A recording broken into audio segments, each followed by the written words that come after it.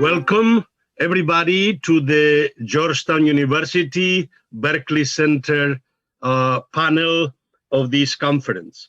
We at Georgetown, at the Berkley Center, are very happy to have the opportunity to participate in this conference. We've had close relations with UQ for many years. The delegations of the Berkley Center have visited UQ, and vice versa. UQ delegations have visited Georgetown. And the Berkley Center has sponsored two UQ conferences in Washington, D.C. So now we are very pleased. Conference dealing precisely with the general topic of the conference: pandemics, migrations, poverty, migrations, refugees. Before giving the floor to my colleagues from the Berkley Center, I'm going to just give a few comments about the idea of new social ethics.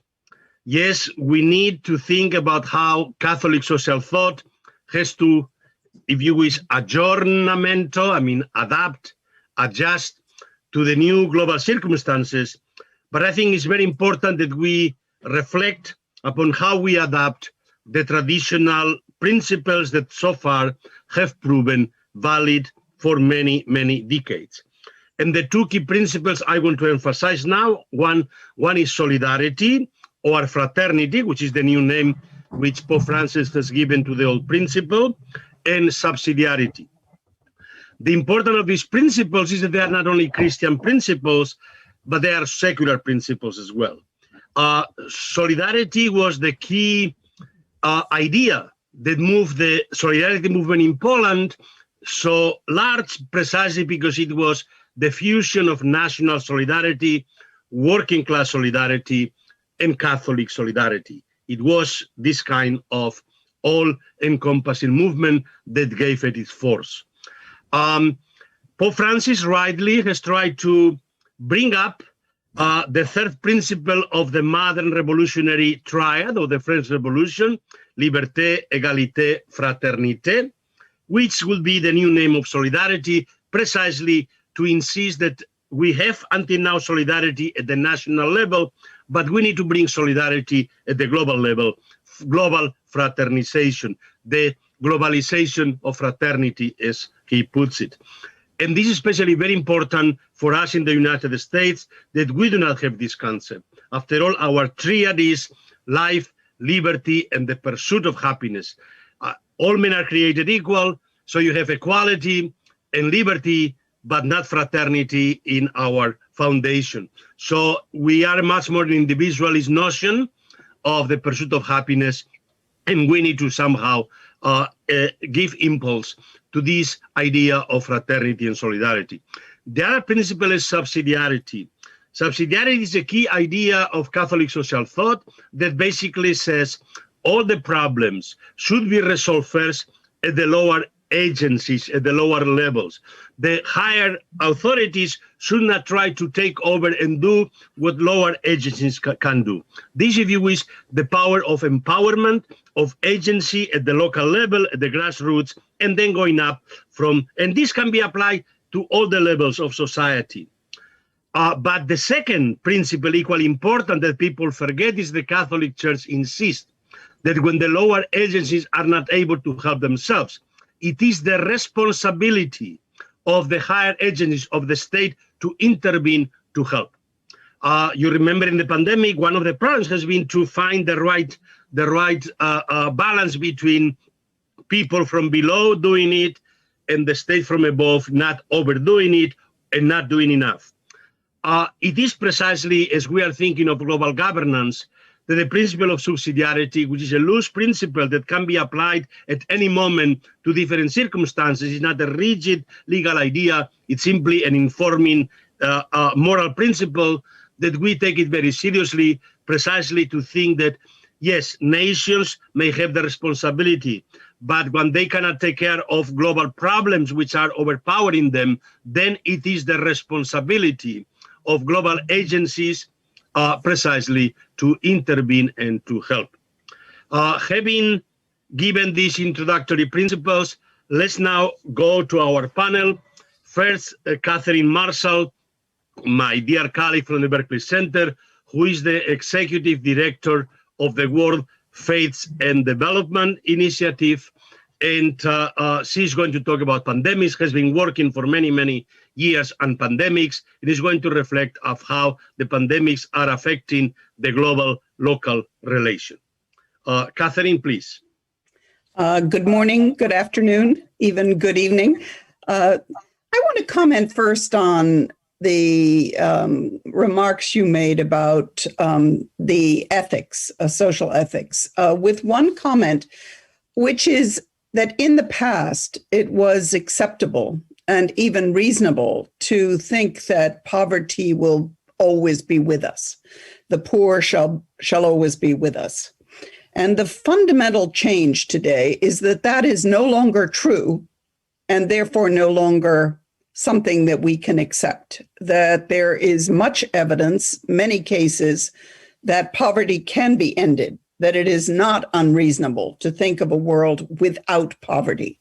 And I think that changes many traditional notions of charity and many traditional notions of responsibility that are religious, but also secular. So the theme today is, as you've pointed out, sort of the solidarity, fraternity, sorority, but also what that means in terms of the local. So I'm going to make a couple of comments about that and then turn to the COVID case study that we are now living. So the principles are often in tension in discussions about global development today. That clearly we live in a world where we talk about human rights, where we believe in common aspirations, in the common human condition, that it's often unacceptable to explain the way people behave in terms of their culture. That there is really, that human rights have some reality of binding, but also of the common human dignity. And so you do have some of these principles, the human rights framework, which applies globally. And in addition, of course, we also have a world where you no longer need to travel for several months to go from one part of the world to another. That you can go in a flash, either digitally, but also in airplanes. So the notions of boundaries and distance, I think, have fundamentally changed. So that's the global picture. So we have global goals, the objectives of eliminating poverty, of eliminating hunger, of offering the opportunity to every child for education, for decent health care, et cetera. So we have these shared goals where there may be tension among how you get there, but at least there is, I think, a very strong common sense. But then there is also the reality, which we all know, that everything happens at the local level. That if you don't have action at the local level, it simply doesn't happen. And so, for example, around the issues of programs and financing, there's been quite a lot of tension between the sense of the global and the large global institutions and what has come to be known as localization, which relates to empowerment, which relates to agency, which relates to what happens at a very local level. And a sense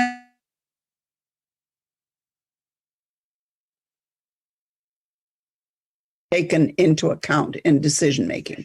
And so that is sort of the setting for the discussion we have today, which is one that has some very clear common principles, but also I think we need to recognize some areas of tension. How do you take local cultures, local views, differences of views into account? Are there multiple modernities? And if so, what do they look like? So let's take the COVID-19 emergencies, which have now gripped the world, which in many ways are a perfect case study of these problems. First of all, we hear time and time again that the COVID emergency, the disease, the coronavirus, has no boundaries. It recognizes no nation states, doesn't recognize oceans, it doesn't recognize continents. It is universal, but more important, it has highlighted that unless all are safe, no one is safe. That we need to have a common global vision, with much discussion of the international community, which is a vague concept of what does that mean? Who does that mean? Is it the G20? Is it the United Nations? How do you understand the instruments of international community? So that, I think, is the first set of realities. At the same time, we also know that this pandemic plays out at a very, very local level. At the national level, at the community level, and even at the family level, where people are experiencing what's happening, both the threat of the disease, the fears, the hopes of what will come afterwards, in a very real way. So at the global level, what the COVID crisis has done is to unveil, to make starkly clear the inequalities in the world in ways that, at least to, I'm sure, all of us here, are simply unacceptable. The differences in outcome that are related solely to one's place of birth, to one's nationality, to the wealth of one's parents, in a world where we believe in the human dignity and in the ideal of developing each individual's capabilities, the inequalities that are revealed are unacceptable. And a colleague, Branko Milanovic, has done remarkable work and has some very useful blogs recently that help us to explain why you can have a panel like this one, where someone will say the world is becoming more unequal and someone else will say it's becoming less unequal. Because the complexity of understanding what this means is between countries, between classes, but also at the global scale.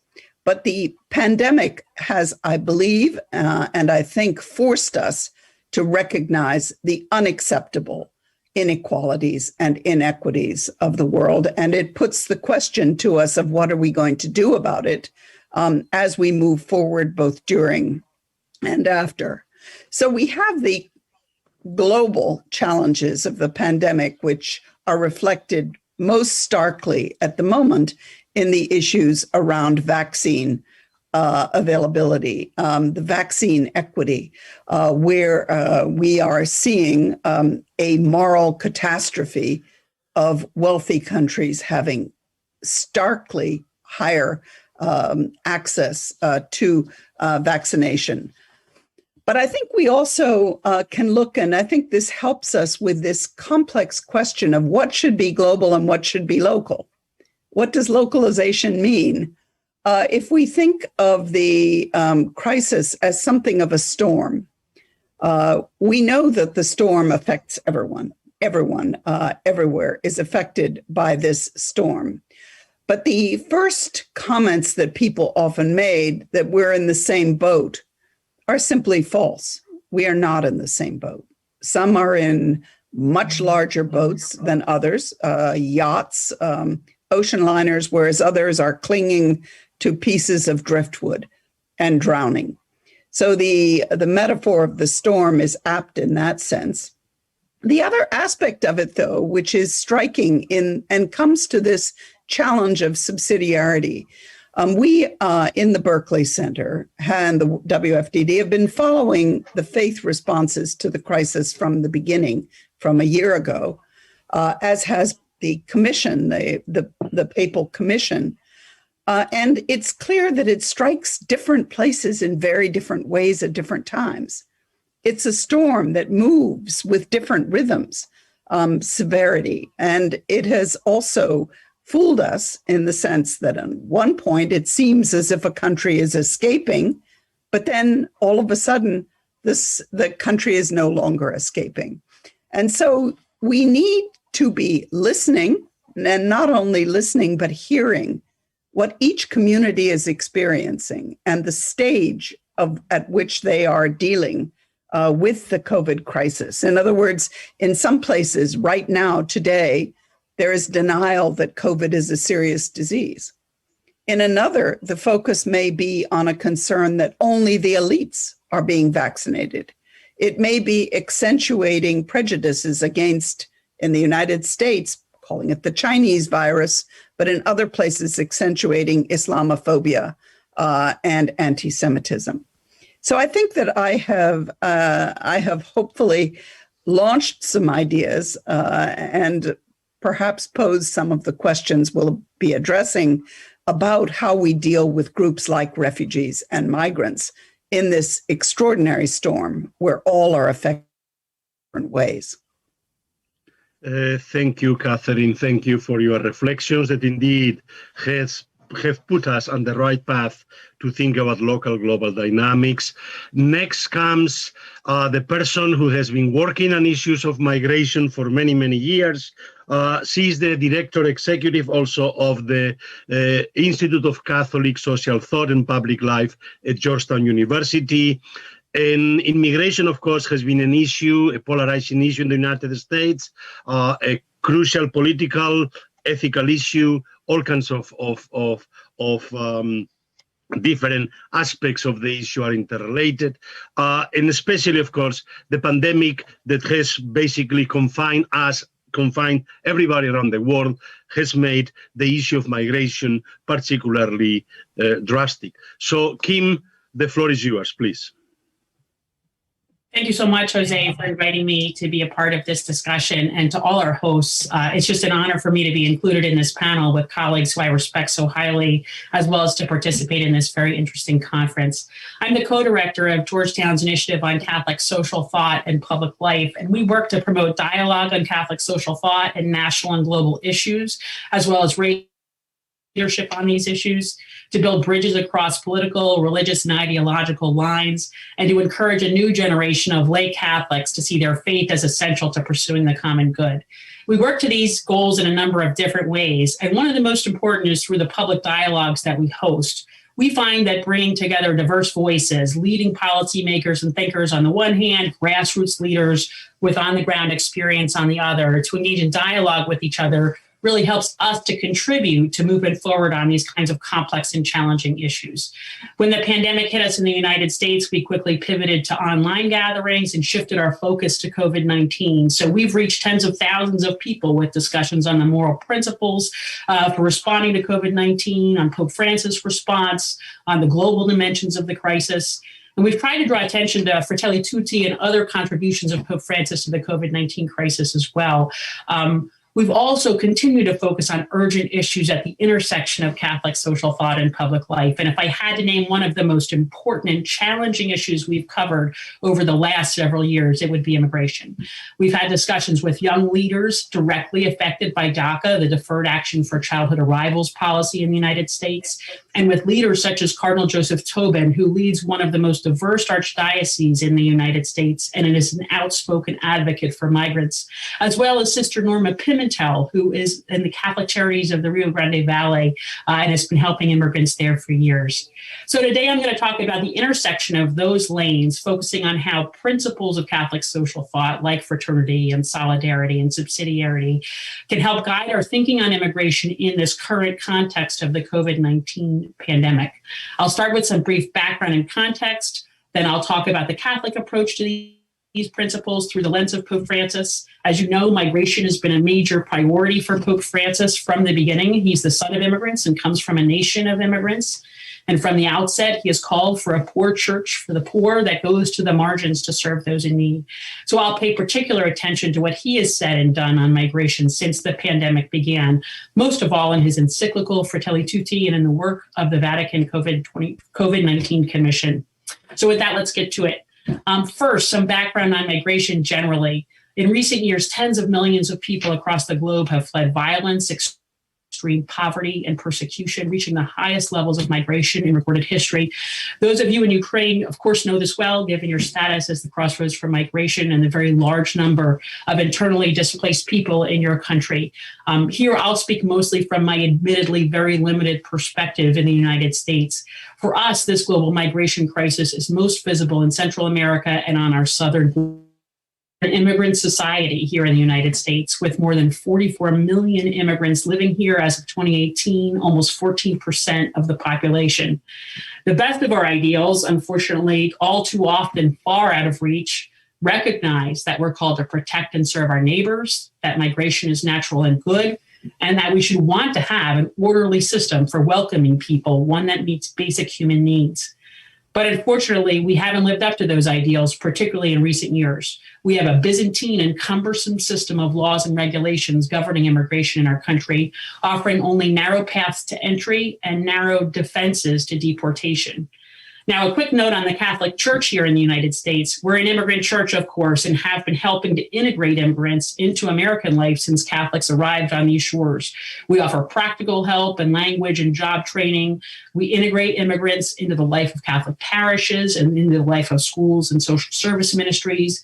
And we have a network of dedicated Catholic social service providers that help resettle, welcome, and accompany migrants and refugees.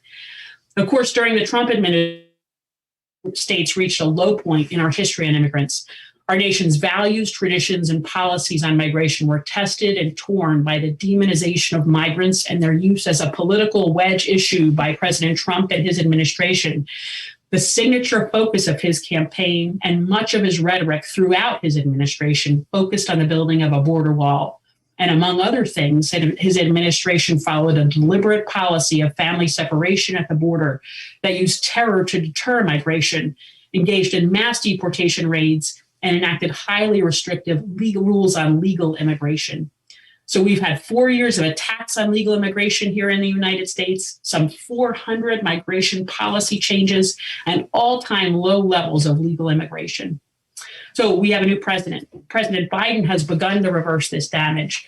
According to the Center for Migration Studies, in the first week of his administration, President Biden issued a number of orders and proclamations reversing many of the more drastic immigration policies put in place in the Trump administration.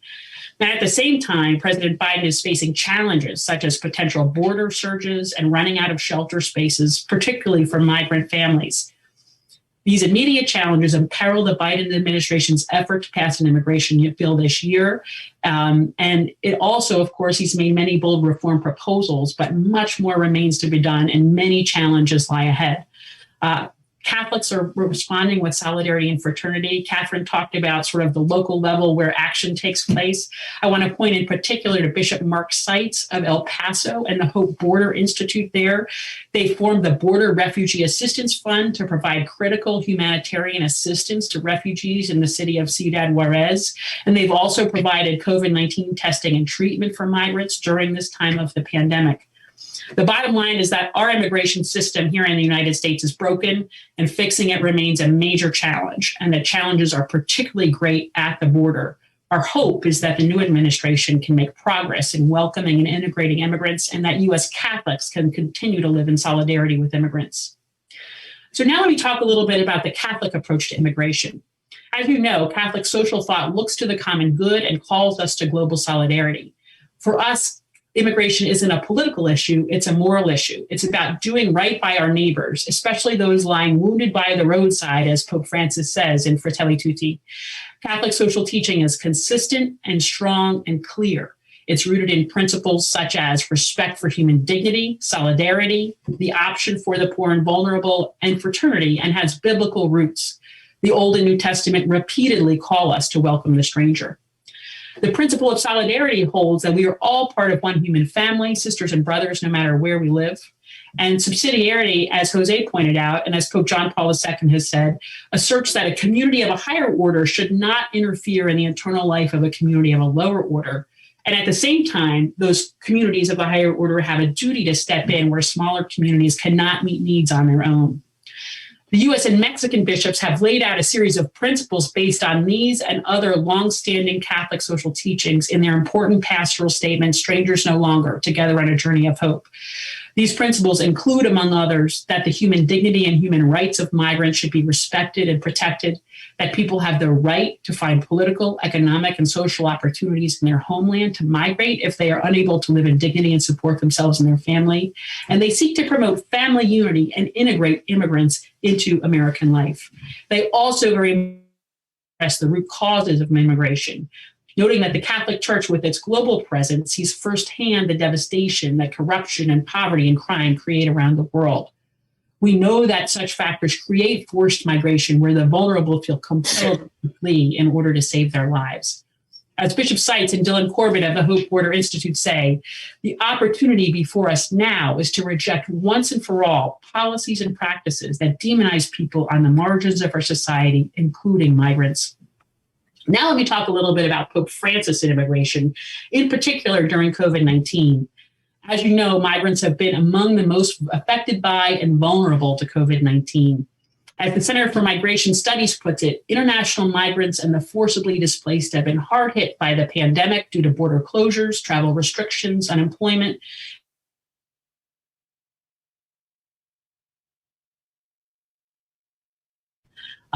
Particularly vulnerable, of course, are those who are stranded, identified by the International Organization for Migration as unable to return to their countries of origin, 3 million right now. And as vaccine doses become available, of course, we know that, as Katherine said, no one is safe until everyone is safe. And then it's vital for migrants to have access to vaccines. But again, according to the IOM, we know that for migrants, vaccine access remains uneven. Often it depends on place of residence and migration status. And often there's evidence that migrants are more hesitant to take vaccines. Finally, it's important to note in all this that migrants are, of course, key to the response to COVID-19 by working in critical sectors and through remittances, which, of course, have fallen at this time, and that they are contributing so much to our economy and culture and are often frontline workers. Pope Francis has called us to solidarity with migrants and refugees again and again. They are always close to his heart. His first trip as Pope was to the island of Lampedusa off the coast of Italy, a major transit point for migrants fleeing poverty and conflict. Cardinal Tobin tells a possibly apocryphal story of Pope Francis telling his staff very soon after he was elected Pope that he wanted to go to Lampedusa and them saying, "No, Holy Father, you have to stay in Rome." And he sat back for a day and he came back and he said, "No, I really want to go to Lampedusa. I want to be close to the people there." And they said, "We'll work on it, Holy Father. Maybe 6 months, maybe a year. We'll see what we can do." And then a couple days later, they got a call from a vice president, Alitalia, who was calling to say that one Jorge Bergoglio had booked a ticket from Rome to Lampedusa. So in other words, this is something that's very close to his heart and something that he is eager to put a face on. He's also traveled to Lesbos, another major transit point, in 2016. And he also created, in the wake of that trip, the Migrants and Refugees section of the Dicastery for Promoting Integral Human Development. He said that there cannot be a service for integral human development without paying particular attention to the phenomenon of migration. And he often says that each migrant has a name, a face, and a story. Pope Francis has responded powerfully to the pandemic as well. In his book, Let Us Dream, he says that this time is a reckoning, that COVID-19 has uncovered the costs and the throwaway culture and the globalization of indifference that he has underscored for years. And then a major concern is how to accompany and be closer to the people of God. In Fratelli Tutti, most importantly, he points out that we have a commitment to global solidarity, particularly with the most marginalized and those on the periphery of society. He reflects on how the church should be in the world today, a home with open doors, he says. And if Laudato Si held that everything is connected, as Father Jim Martin says, Fratelli Tutti holds that everyone is connected. On fraternity, Pope Francis in Fratelli Tutti warns against walls, physical, moral, and spiritual, that deny human dignity. He says every human being possesses an inalienable dignity, whether my neighbor was born in my country or elsewhere. And he says we should resist the temptation to build a culture of walls. This way of thinking and acting is unacceptable for a Christian, he says. On solidarity, he says that it is a word that is not always well received, but it has become a dirty word for some. But instead, we should remember that we are looking outward, not inward, standing with our brothers and sisters and combating the structural causes of poverty. That's what solidarity looks like. Finally, I want to say a few words about the Vatican COVID-19 Commission. Pope Francis created this commission in March of 2020, and he said he wanted to express the Church's solicitude and care for the whole human family facing the COVID-19 pandemic. The Commission recognizes that the pandemic is the defining crisis of this generation, from where we can emerge either better or worse. And in a sense, it's Fratelli Tutti in action. It explicitly has Fratelli Tutti and Laudato Si as its guideposts, and it brings principles of solidarity, subsidiarity, and fraternity to life and moves them into concrete action. So just to wrap it up, we can look to Catholic social thought, and in particular the principles of fraternity and solidarity through the lens of Pope Francis' leadership as a moral architecture to help us welcome, protect, promote, and integrate immigrants to pursue the common good. As Pope Francis says in his book, Let Us Dream, to be Christian is to know that we are part of a people expressed in different nations and cultures, yet which transcends all boundaries of race and language, the people of God. We must be ready to welcome those on the move, to stand in solidarity with them in the knowledge that we are all brothers and sisters. Thank you, and I look forward to talking about this further. Thank you, Kim, for this very much moving and forceful presentation. And now, my dear friend and my colleague, Professor David Hollenbach, a Jesuit father, who is a well-renowned expert on issues of Catholic social thought, particularly on human rights, and who as a Jesuit has worked for many years with Jesuit refugee services, particularly in Africa, but also throughout the world. So, Father Hollenbach, please, the floor is yours. Thank you very much, Jose, and thanks to everyone who is part of this conference. It is a privilege and an honor to be in dialogue with you, and I look forward to our interchanges in our discussion period. I'm going to focus on the question of refugees and our responsibility toward refugees from the point of view of both solidarity and subsidiarity. And it possibly would be useful to highlight three challenges that have arisen just in very recent years. In December of 2018, which is just a little more than 2 years ago, the world community, assembled under the auspices of the United Nations, passed a global compact on refugees. The heads of state, the leadership of virtually all the nations of the world, with two exceptions, committed themselves to a new kind of response to the plight of refugees around the world. Sad to say, one of those two was my own country of the United States, and it's an echo of what Kim Daniels was saying about the failure of our previous administration under President Trump to take these issues seriously. But the world community has made a major commitment to say we need to respond to the needs of refugees in a much more serious and effective way. Now, the second challenge is that that's due to the fact that the situation facing refugees in the world today is at the highest level of crisis that we have seen in recent memory. There are today 79.5 million refugees or forcibly displaced people in the world, both refugees and those who have been within their own country, as so many have in eastern Ukraine. This number is 1 out of every 100 people on Earth has been displaced from their home. This is an extraordinary fact. 0.1%, just 1% of the whole human race has been displaced. The number of refugees and other displaced people at 79.5 million is the equivalent of something like 10 New York cities. It's an extraordinary number of people, and it's the highest on record.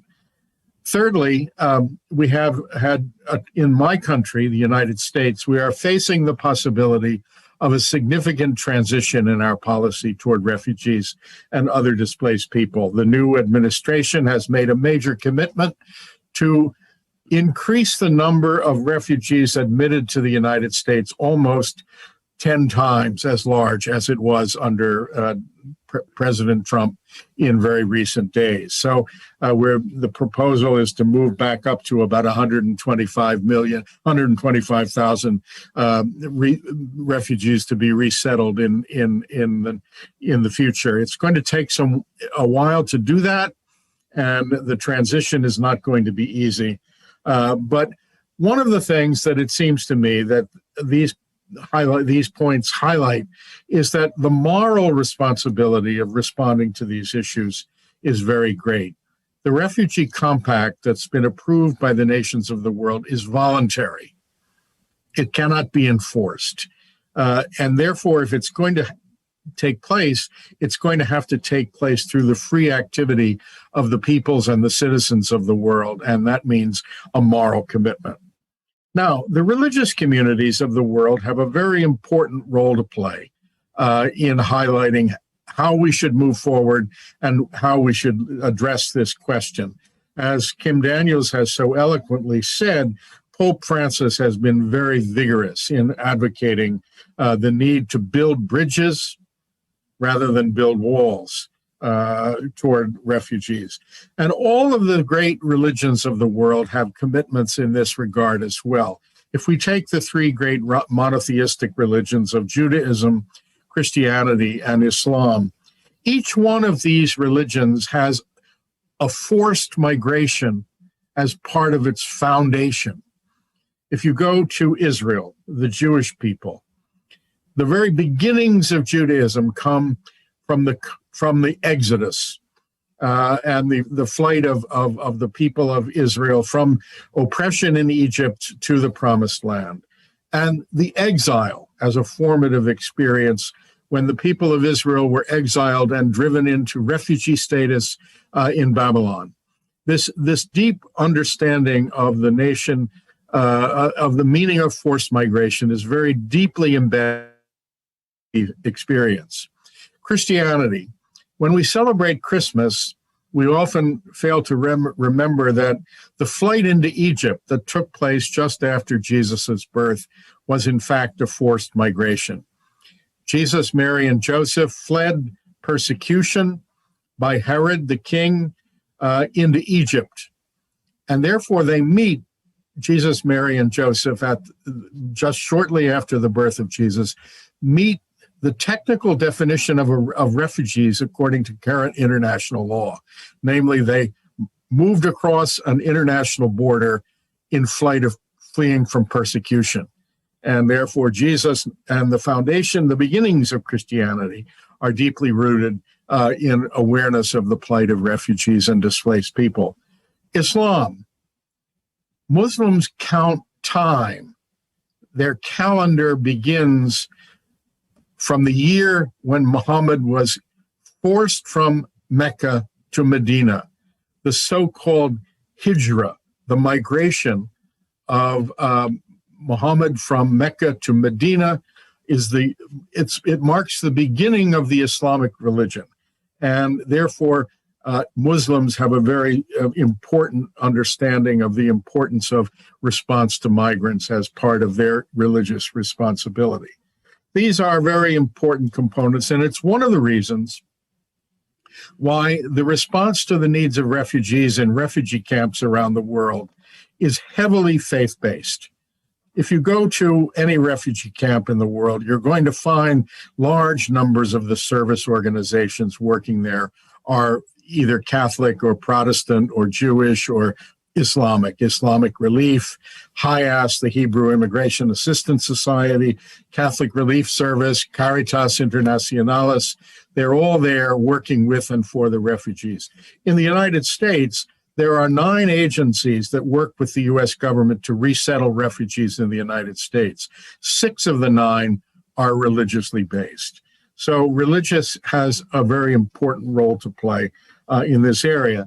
Now, this is due to the fact that our faith, Christian faith in particular, has a very deep awareness of our obligations to one another to respect each other's dignity and to respond to each other in solidarity because of our commitment to love. Our love of neighbor binds us into a community with each other. And that has a secular warrant also or a secular grounding, because you can go all the way back to Aristotle, and Aristotle defines the human being as a political animal. In Greek, zoon, an animal of the city or an animal of society. And you cannot achieve your dignity alone. You have to do it in community with others, and therefore solidarity is a very important secular value as well. That means we are called upon to recognize the fact that we are bound to those who are forced from their homes as a we. We should not regard refugees simply as them. We should recognize they are part of the we that binds the human community together in a single family, a single human family. Now, the question emerges, of course, and this is where we have very serious debates and arguments today, that we have obligations to our own citizens as well. We have obligations to those who are co-citizens, and we have obligations to those who are citizens of other countries. The question emerges then about the we that we're bound together with. What we is it? It's a series of concentric circles, if you will. It starts with the family. It goes to the local community. It goes to my nation state, my country, and then it expands and reaches out to the human family as a whole. And the question emerges about which of those communities and which of those solidarities can take priority when we face a really serious crisis. It seems to me that we cannot make the boundaries of a nation state into anything like an absolute. Just as we cannot say that our obligations end at the boundaries of our family. We have surely special responsibilities to our own family members, to our spouses, to our children, to our parents, and so forth. But the fact that we have special family responsibilities does not mean that our duties end at the boundary of our family. Similarly, we have special responsibilities to those who are part of our own country, but our duties do not end at the boundaries of our own nation state.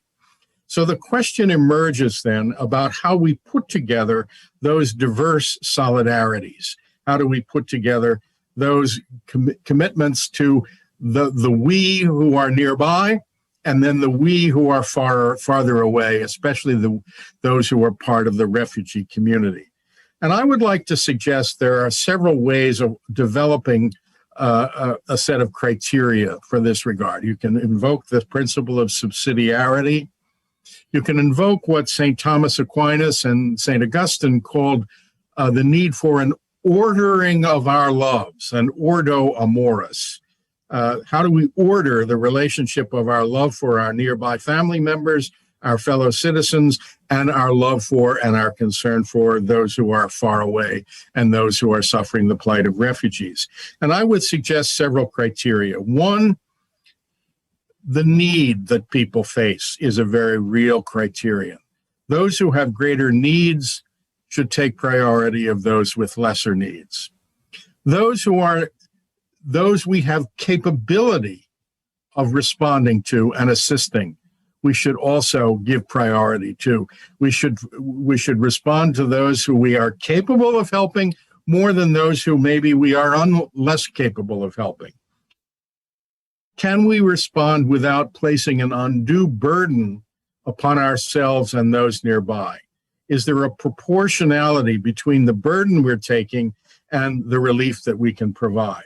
This means, it seems to me, that these are some criteria that we can look at when we look at our response to refugees from an ethical point of view. Those who are in grave need would take priority over those who have lesser needs. And our capability of responding to those needs is going to be also very important. The capability criterion, I think, is extremely important today. If you look at the world, the vast majority of refugees in the world, 85% of the refugees in the world today, are displaced to developing countries, poor countries. Those of us in the Northern Hemisphere, like the United States, for example, We have a very small number of refugees compared to some of the other countries of the world that are much, much poorer and therefore have much less capability of responding than we do. I'm put in mind of a comment that was made when the crisis was taking place back in 2015 and 2016, when there was a big surge of Syrian and Iraqi refugees flowing into Western Europe, especially into Germany. And Angela Merkel sought to try to get the European Union to share that responsibility. And the man who was at that time the Prime Minister of the United Kingdom, David Cameron, he said, well, the United Kingdom will do its duty. We will admit 20,000 Syrian refugees over the next 5 years.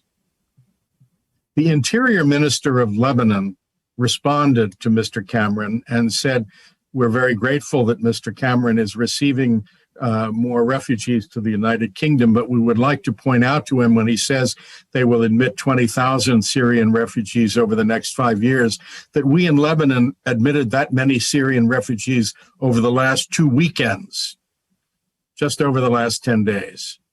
So the burden on a place like Lebanon is vastly different than it would be in the Northern Hemisphere. Lebanon is not, is a middle-income country, but other countries like Uganda is a very poor country, and there are over 1 million South Sudanese refugees in Uganda today. So there is a capacity and a capability that we have to respond to these.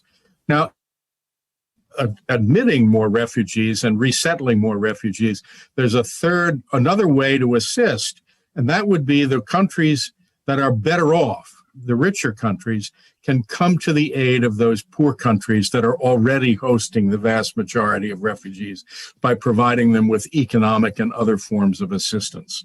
So I would simply end there by saying that those criteria of need, of capability, and of the ability to respond without placing undue burden on ourselves can guide us as we think about our duties.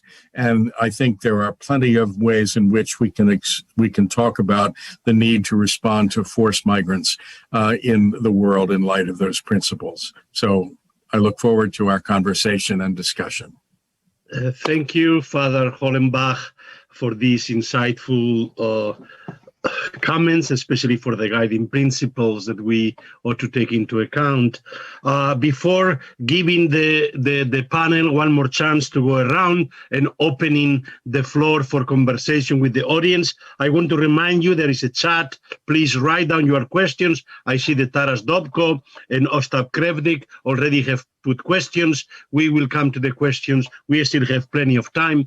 But first, I want to pick one of the images, which is a very powerful image that Katherine has given us. If we consider the pandemic a storm and the fact that, however, we are all not equally affected by the storm, we are not in the same boat. We really have different types of life-saving capabilities. And I want to point out the clearly reveal fundamental differences along 4 lines. First, class, knowledge class. Those of us who can afford to work from home, who, yes, may have been confined home, but basically our income has not been affected. On the contrary, most of us have saved money because we couldn't spend the money we usually do. So actually the wealthy class and the rich middle class has become wealthier than it was. Also, the stock market actually has been going up. So again, a fundamental difference between the knowledge class and the essential workers that have to go home and that have to go to work and have been most affected by the pandemic. The second is age. The most vulnerable ages, the elderly and the young, have been most affected by the pandemic, also a great difference. Third, race. We know that ethnic, racial disparities, which are reproduced through unequal systems in most societies, have also affected the groups most vulnerable, have been most affected the pandemic. And finally, gender. We know that women have been disproportionately affected by the pandemic, losing their jobs, losing their opportunities. At the same time, they have been the ones most on the front line, precisely as caregivers, as taking care of the sick, and also of many of the essential workers in many places. So I want you to comment on this idea that we cannot think anymore in terms of North and South, rich countries, poor countries, but within each society, these fundamental inequalities, this diversity of opportunities, and if you wish, the way the different boats in which people find themselves facing the storm. So I want you to add a comment, particularly to you, Katherine, on the issue of gender, which is so crucial because it really affects each of us, each family, and so on. Please. There are a host of gender issues, and I would come back to the comment I made before that there were serious problems long before COVID came onto the horizon as a storm, but that the COVID crisis has, first of all, made them much clearer, secondly, made them worse, and third, accelerated the pace in many cases. So the most specific problems are really the burden of care and the burden of labor that even where there is much more equal sharing within families between male and female members, it is very clear that this crisis has put a far heavier burden on women, which includes, for example, teaching children, as 1.6 billion children at one stage were out of school. And even where there's digital learning that was taking place in the home, with the burden falling largely on women. There are fascinating surveys, by the way, that show that men think that they have spent at least half the time, but that any evidence that we have, which is spotty but fairly compelling, shows that in fact it was not the men who have been taking care of these burdens during the pandemic. So that is also, I think, 70% at least of healthcare workers, frontline healthcare workers, are women. So they have also carried a huge part of the burden in the response to people who are ill. They spend, one of the worst aspects of the crisis is food. People talk about COVID, the hunger crisis, which is a grave issue, a very fundamental issue. And again, it is the women who generally are the ones who are trying to get the food in the house. And then we are also very much concerned by a series of very tragic issues that involve violence against women and trafficking. The hidden pandemic of domestic has been, we don't know it perfectly, but we have a lot of evidence that it's been severely accentuated, that there is a lot of beating and abuse of different kinds. There's also where we hear an increase in female genital cutting because girls are at home, much greater pressures for early marriage, because that, at least in theory, protects and takes care of girls, gets rid of them as a financial burden, and trafficking, which is something that, again, we don't have very good evidence, but we have a lot of evidence about that. So those are only a few of the many challenges. Looking ahead, one of the things we know from earlier crises is that when girls drop out of school for various reasons, for example, during the Ebola crisis, they rarely go back, or they go back in far smaller numbers. So an immediate challenge is to make sure, or to try by active measures, to help the girls who have not been going to school to finish their education, because otherwise their future prospects are very limited. So the other side of this is that some of the most striking leaders in this pandemic have been women. And it's raised a lot of very interesting questions about the qualities. Say, yes, the qualities of female leadership, maybe the empathy might just might be a little bit more. But I think if we look at it more constructively, it is leadership that involves men and women in a balanced way, that brings out their individual gifts, but that also blends the different life experiences and assets that they have. Kim, but I'm going to add a question from Taras Dobko, which is basically related to this issue.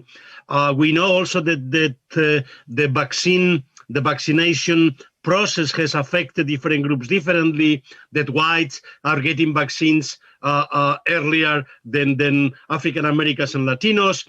And the question is how immigrants are being affected precisely by the pandemic, particularly wonder if Taras Dobko wonders if legal immigrants entering the countries with the vaccine already available and the ongoing vaccination campaign are treated the same as citizens according to the adopted principles of vaccination. So, Kim, a question about these disparities in access to services during the pandemic. Sure.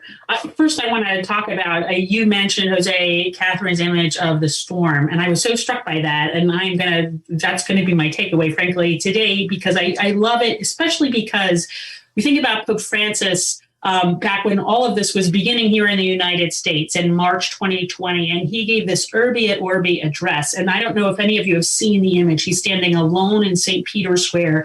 It's a cold, rainy night, and he's out there, and he is addressing the world and using that image of a boat and saying, we keep the faith, don't lose hope. And it's very striking, very much like we are all in this storm together. And at the same time, in his writings over the summer and his Wednesday catecheses and through Fratelli Tutti and in Let Us Dream, he's also recognizing, of course, all of these inequalities that you point out, Jose. And he's saying that we're not just called to respond to them in the kind of top-down way that we're used to, that this is it's, as I've said, it's a moment of reckoning, he says. This is just a clear moment where we've uncovered all of the inequalities that we've all known exist, that he's been pointing out through his pontificate. And now how do we respond to them? And it's not just a response of kind of a top-down bureaucracy, although all of those things are important. I mean, his COVID commission is very much working with international organizations and all of the rest. But also this is about a personal encounter, that it's about taking a journey together and personally being in solidarity with others. This is about changing ourselves, and it's moving outside of our comfort zone. So the only way to respond to those inequalities is for us to all move out of our comfort zones. These are directions not just sort of out in the ether, but to us personally. So that's the first answer I'll give to that. The second, in terms of the particular questions on immigration, the first question, I think, was about whether immigrants are sort of affected in particular by this. One policy here in the United States is this Title 42 policy that the Trump administration put into place sort of related to the pandemic. And it's a way of expelling immigrants on a public health measure that the CDC, the Center for Disease Control, did not go along with, but President Trump put forward as a way to moving migrants out, expelling them very quickly with the pandemic as a reason. That's still in place right now. And I think that the Biden administration has sort of they've made many steps. They've asked for a pause in that because obviously in terms of how to respond effectively, because it's just in terms of the health crisis, everybody at the border is trying to figure out how to get past this initial moment of crisis, if you will. And at the same time, the other question is, can migrants, undocumented immigrants get the vaccine? The Biden administration has been very strong in saying, please, yes, come get the vaccine, when reaching out to undocumented immigrant communities and saying, the vaccine is here for you. There are no restrictions on you getting it. We need everyone to get vaccinated. And of course, there's a question of the level of trust that undocumented immigrants have with the Department of Homeland Security right now and all of that. So there's a lot of rebuilding of trust that's going to have to take place. But that's sort of the status as it exists now.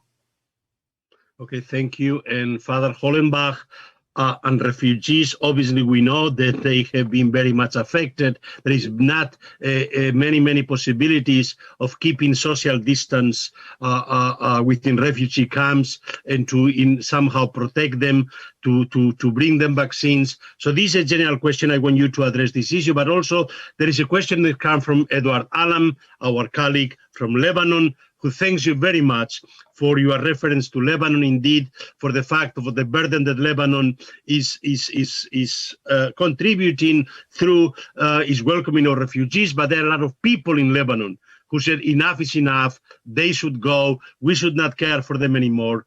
So arguing that a third of the population is an existential threat, how should I communicate solidarity and subsidiarity and the principles of Catholic social teaching to these students? What should my response to them be based on the criteria you have specified? So please.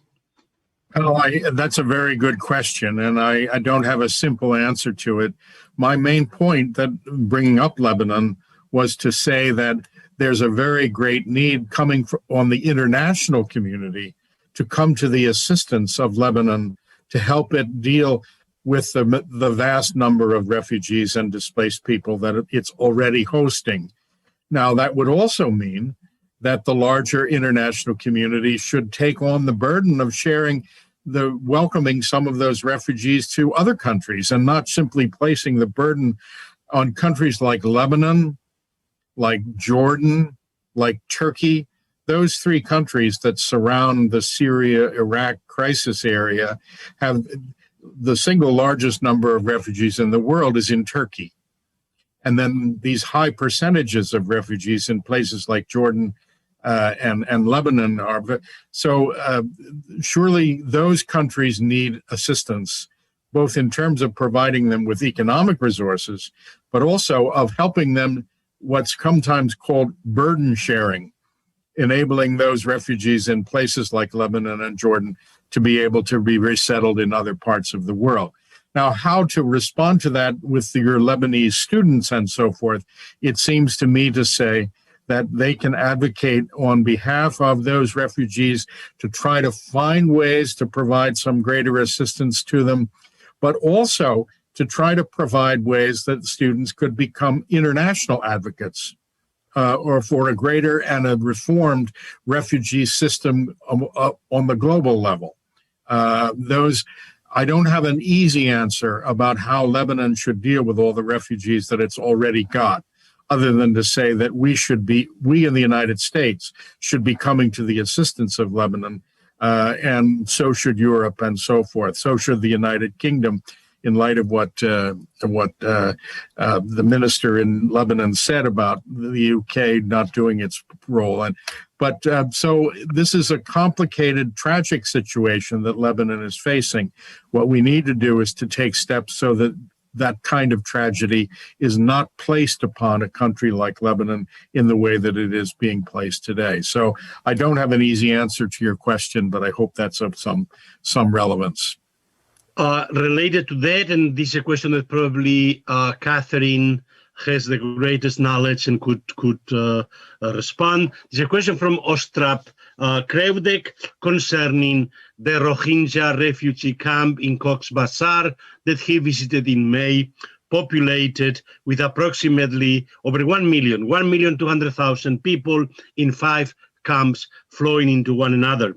Again, Bangladesh, a very poor country and one of the largest providers of place and peacekeeping forces. The question then will be, due to the climate change, how can we get ready for the massive growth of the refugee movement, which probably might include war and pandemic components? I assume those might be tens or even hundreds of millions of people. Should we start building capacities now, psychological one, knowledge, infrastructure? Otherwise, I see a huge wall being built and despair on the other side of it. So please. Okay, well, I want to go back on one question and then address what are really 2 quite different questions around the Rohingya issue and the environment. On the vaccine issue, to some extent, everything is vaccine these days. We're all of us deeply preoccupied by that, even though the Vatican Commission has a clear recognition that this is not the panacea. It's not the full answer to the problem. But the question about the treatment of migrants, and especially illegal migrants in vaccine programs, it led me to reflect on two things. The first is that it's only a very small part of the world's population that is really focused on vaccine equity at the moment. Most countries, recently it was 130 countries had not even received any vaccine. And so the whole issue is really quite abstract there as to who gets it. The second, the United States is I would say we plead guilty, deeply guilty of vaccine nationalism with the focus on the US campaigns. But my hope is that we can learn from it. But we have the irony right now of people who are desperate to be vaccinated because they want to be able to move around, to hug their grandchildren, et cetera, at the same time that we have these very high levels of resistance. So you have the tension between trying to respond to the immediate desire at the same time that you know that we have not far down the line another big problem coming. And that's going to happen globally. And clearly, having a sharp focus on illegal migrants and on refugees is something that as a moral community, I think we should do. Now, the Rohingya crisis, which I've been thinking a lot about this week with what's happening in Myanmar, is, as Father Hollenbach was pointing out, the concentration of refugees in the Middle East and, of course, in Central Africa. The situation in Bangladesh is, as we all know, tragic and unacceptable, and yet it continues. I'm not sure that anyone mentioned one of the awful facts about the refugee situation globally, which is that the average time that someone spends in refugee status is somewhere between 17 and 19 years. People have grandchildren in refugee camps from the time that they started. So this crisis, which seemed in 2017 as something temporary, there is no solution, and it just persists, and it is a grave challenge to the community. And of course, with Myanmar now in a turmoil, it seems even less likely that there is any possibility for them to go home. And other nations in the region are not enthusiastic about welcoming them. So it is something that deserves to not to go onto the back burner. It's a critical issue. The issue of climate migrants, which is different. These are not climate migrants. These are people who are fleeing from the Rohingya, who are fleeing from persecution at a level that's some term genocide. The problem of environment is one that is started, but it's very difficult to pin down. And one of the problems is there is no accepted definition of what is an environment migrant.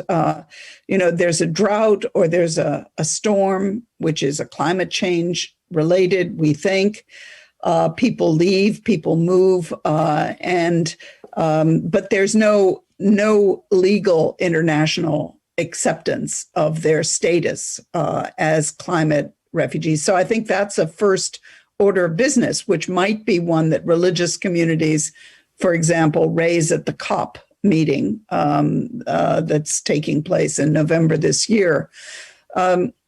It requires action in the places where people come from to adapt agricultural practices, et cetera. But it also requires a whole new I think a whole rethinking of how we deal with movements of people and migration. And hopefully there will be action on the climate change agenda so that the acute fears are not realized. But in the meantime, there clearly is already a serious problem. And the reason Bangladesh comes into focus is that it is the exemplar of the risks of climate change, because it is a country with a huge population living very close to sea level in a volatile region. And it is hard to see what the future has in store for those populations. There is now 2 additional questions or comments from Taras Dobko, and they're about the principle of accompaniment. He has read, David, your very insightful essay where you refer to the principle of accompaniment is central to the movement of the Jesuit refugee services and the kind of experience, and then pointing out what does it mean, the principle of accompaniment, how solidarity should be not just aid and not philanthropy, but should be helping the people, helping themselves. And so points out to an example of the Emmaus home that basically helps the homeless, but then the homeless themselves, when they're being helped of others. So how can we basically create those virtuous circles in which people in need are helped, but they realize the possibility of also empowering themselves and helping others also in greater need? So can you comment on the principle of accompaniment and how do we put it into effect? Yes, so I think that this is part of the Jesuit Refugee Service definition of its mission. The Jesuit Refugee Service describes itself as having 3 goals: accompaniment, service, and advocacy.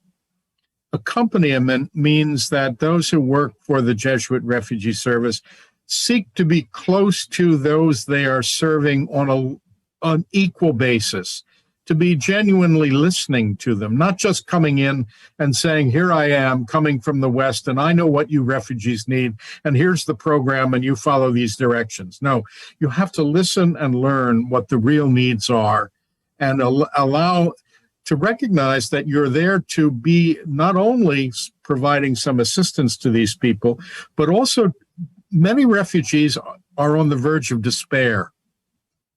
They've been driven from home. They've lost everything. And having another human being whom they can relate to and interact with, who will take them seriously, can be a source of hope. So accompaniment can be a source of hope for those who are refugees. But it can also be a way in which those who are bringing service, the Jesuit Refugee Service staff, for example, can learn a lot by listening to the refugees about what they really need. And if you don't do that, you can't provide the right kind of service. Jesuit Refugee Service discovered by carefully listening to people that in Cambodia, one of the great problems was that people still faced the impact of landmines that were there from the days of the Pol Pot regime and so forth. And so they became active in the campaign against landmines. And they moved from accompaniment to service to providing assistance for people who were wounded by landmines. They have programs where they develop prostheses so that they can provide artificial legs for people who have lost their legs from landmines. But they also became involved in the international campaign against the use of landmines, and they became part of an organization that led to the campaign against landmines that received the Nobel Peace Prize for its development of the landmine treaty. So what that points to is the response of service and advocacy can grow out of accompaniment.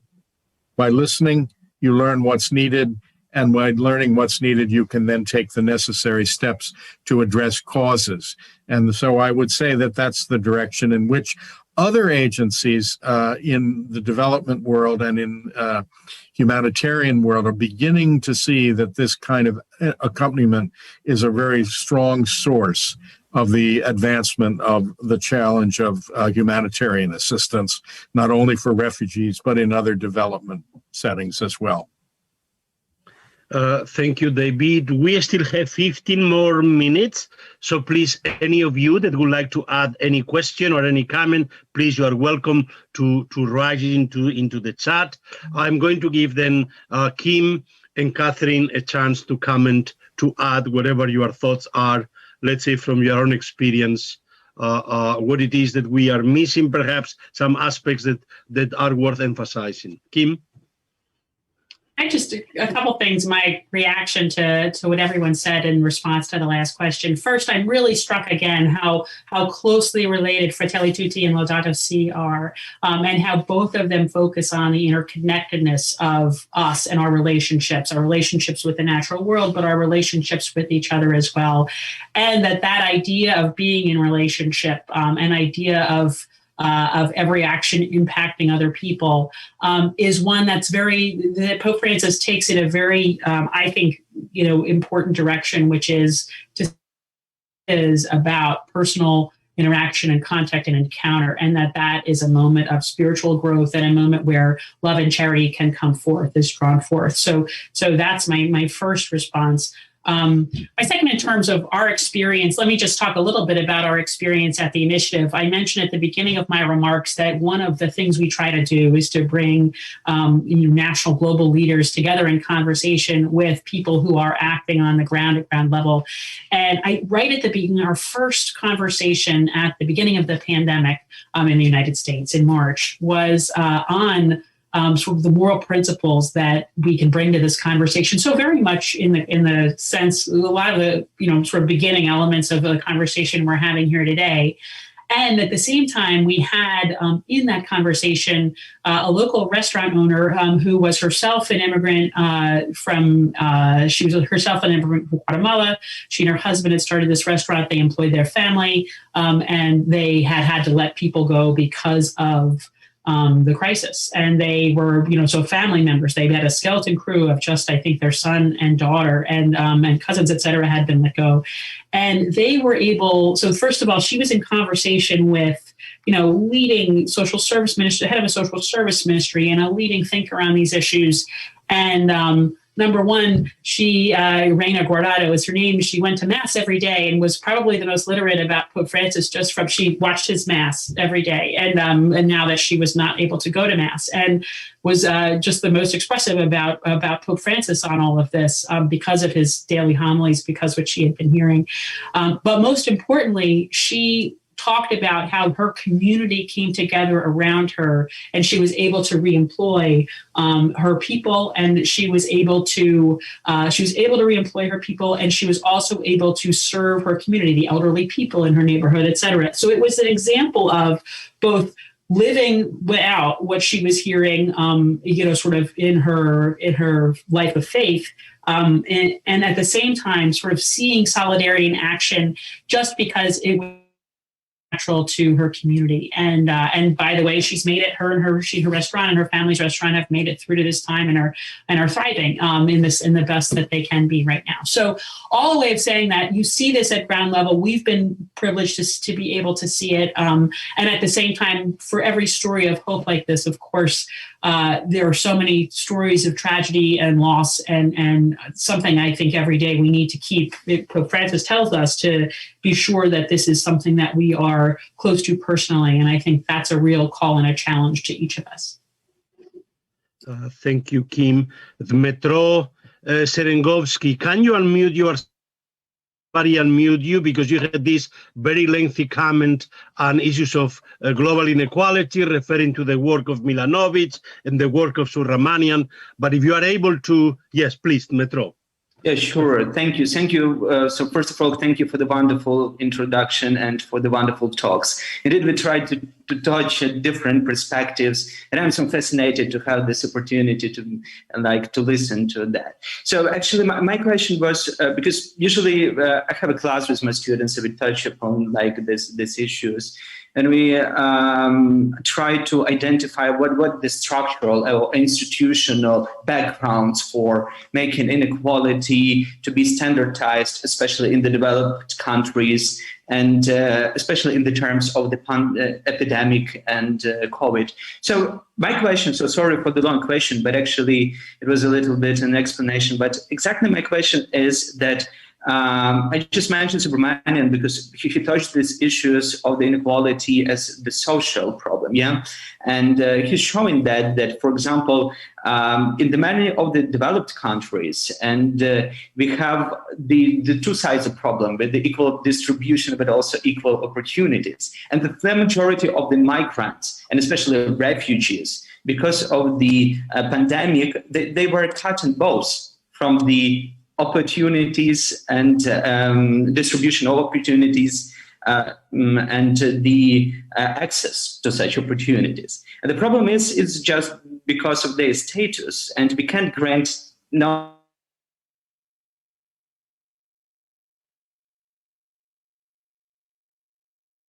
institutional backgrounds will be working. So what we can do, and pandemic showed that, they're simply stuck in the developing countries. And moreover, this 20% that happen to find themselves in developed countries, they didn't find the possibility to be included into the social care system, into the wealth distribution system, and so on and so forth. So what we can do besides of changing the legislation, I don't know, because personally, I don't see any of the opportunities. Definitely the impact of the religious communities, the impact of the, let's say, UN bodies is great. But it's rather help than changing the situation itself. So thank you. I will let Katherine, let me just comment something. I'm sure Katherine has something to say. Yes, this points to a fundamental problem of global governance. Our political systems are based on the principle of citizenship, the nation state. Our democratic systems work through national states. And so we need to develop new agencies, new institutions, which are transnational and which can address these kind of issues. Otherwise, it has to do with the kind of help that established nation states give to those people that have no rights. So we need to develop some kind of institutional response beyond simply how the institutions we have, how to adapt. But Katherine, you have been working on all kinds of issues, the work of international NGOs, United Nations. So please, your comments, your thoughts on this. My sense is that the issues around inequality are among the ones that demand the most attention and thought by multidisciplinary people, including from religious communities. And it is one that people see very, very differently. In some settings, many settings, in fact, because this is dealt with at a global level, but also at a very local level, the focus is more on a poverty line. In other words, what are unacceptable levels of poverty and suffering?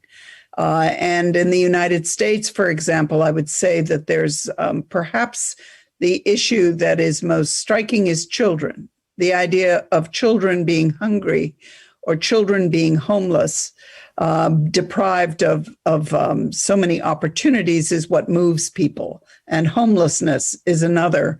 I think we have a job to make the issue of refugees and migrants more central to people's understanding of suffering and unfairness. When we talk about equity, we're often getting into the basic question of unfairness.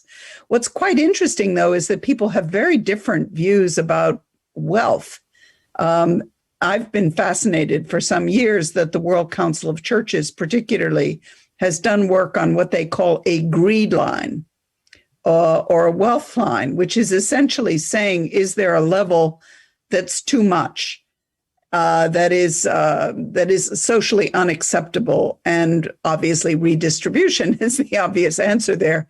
But it does raise also the third question, which is trying to understand better what is the social impact of high inequality or lower inequality on social cohesion. and on the treatment of certain groups. But it's a profound ethical question, I think, for every society, that every country really and every community needs to reflect on. And I think it's a place where there is, as I said before, a great need, a crying need that the COVID crisis highlights for more thoughtful approaches. One other comment that I would make is that we are following, and many are following, what's happening with the COVID crisis and the impact. And one of the conclusions is that countries and communities, because there is nothing really at a global level to speak of, that have social protection systems have done much better.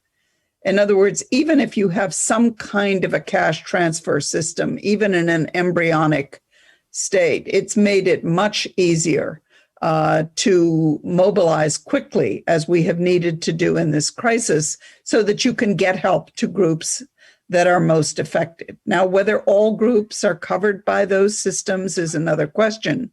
But with the sharp economic downturn globally, and with the lockdowns and their direct effects, there are many groups that were doing reasonably well before that have been suddenly put into extraordinarily challenging situations. And it's clear that it's very difficult to start from zero and to mobilize, no matter what the goodwill is. So there are a lot of programs through the G8 the G20, but the IMF programs, the World Bank has mobilized extraordinary levels, so have the other regional banks, the European Bank, et cetera, to try to support governments in their efforts to feed people and to deal with protracted periods of unemployment, being evicted from homes, et cetera. But if you don't have some kind of a system, you can't do that. And I lived through the East Asia financial crisis of 97, 99. And in that period, many Asian countries had been quite proud of not having European-style social safety nets because they thought that you should rely on family and on community. And it was very clearly demonstrated when there was a huge shock that that was insufficient. And so many of those countries have begun to build basic social consensus on what is a reasonable level, what is this poverty line, but also on the mechanisms that allow you to move in that direction. So I could go on, Jose, but I won't. No, Kim, would you like to add something? Just very briefly, one thing that I want to just also point out is the importance of civil society institutions and the obviously some of which are religious institutions, faith institutions. I mentioned earlier how Catholic social service ministries and other groups have worked hard to integrate and provide direct service to refugees and immigrants in this country, but also other, obviously, civil society institutions. The danger we face right now is, of course, at least again, and I apologize for focusing explicitly on the United States, but that we've had so much weakening of those institutions in the last years due to a variety of forces that are, well outside the scope of this discussion, whether it be individualism or mobility or this inequality that we're talking about. But there has been this weakening. This has also led to a real polarization around these issues that also weakens our ability to respond effectively to these issues. Our initiative has done a lot of work on polarization. And one thing we found, and it echoes what I find too, is that there's much less polarization at ground level. There's much less polarization. We can sit here and have a very broad discussion about a polarizing issue, and we would come out on, if we were in a broad group, would come out on different sides. In terms of actually helping people, when Sister Norma was with us, for instance, she would say, well, there's no polarization at the border. And what she meant by that, of course, there's lots, at one level, but what she meant by that is when faced with someone in need, there's often broad agreement on how to help. You see it in places like Salt Lake City, which in Utah, which has a great deal of resettlement of refugees, where they, in many ways, because they have a robust civil society there, they do much better at this in terms of responding at ground level. So just a small contribution.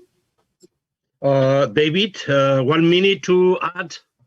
One comment that I would make would be that there's a very complicated interconnection between global inequality and national inequality. One of the things that I've observed is that opposition to migrants and refugees in the United States comes heavily from less educated working class people, people who feel themselves to be vulnerable. And those who are well-educated university people and so forth can be very receptive toward greater immigration and support for refugees because they know their jobs are not at stake. Now, the jobs of many of the people in the working class are not really at stake either, but the leadership of the country has convinced some of the people in the working class that their jobs are at stake and that they will lose work and they will be harmed if we admit more refugees or more migrants to the country. That's wrong. Actually, many refugees bring in a higher input into the country's economy than they take out of it. And so it's a complicated picture. But the point is that I think that when we look at these global questions, we have to recognize that frequently they are also interconnected with questions that are on the national and the domestic level. And the same would be true in the United Kingdom. The big opposition that led to refugees and migrants in the United Kingdom is what led to Brexit. And the people who supported Brexit were working class Brits, not well-off Londoners. And so that you have to find a way to address the internal inequality in a country as well as looking at the global inequality, and the two are interconnected in a kind of coherent response. So I think that means we have to keep our eye on several different horizons at the same time, both globally and internally in particular nation states, because they can often be interconnected. And let me add just one point on the international level, not national and global, but international. From the immigration question in Europe, we know that one thing is the immediate response to the immigrants coming now. But long-term, the only solution is if we find a regulated system of migration in which the receiving countries, which are the wealthy countries, and the transit countries, and the exiting countries, which are the most in need, that somehow this is viewed as a holistic problem that only all the countries involved can solve together. And we know that this is what needs to be done, but the political means to do it, we don't have them there. We don't have the institutions precisely to bring together the receiving countries, the wealthy countries, the transiting countries, and the immigrant countries. And we need international solutions for this structure. That's where we need both global governance that respects both solidarity and subsidiarity at the same time. Well, with these words, I really thank you, my friend, my colleague panelists, for these very, very thoughtful and very, very enriching comments. And I thank you, all of you, for your for the audience, for listening. And again, thank you so much. It has been a great experience, and I hope there will be further opportunities for Georgetown and UCU to collaborate. Thank you so much.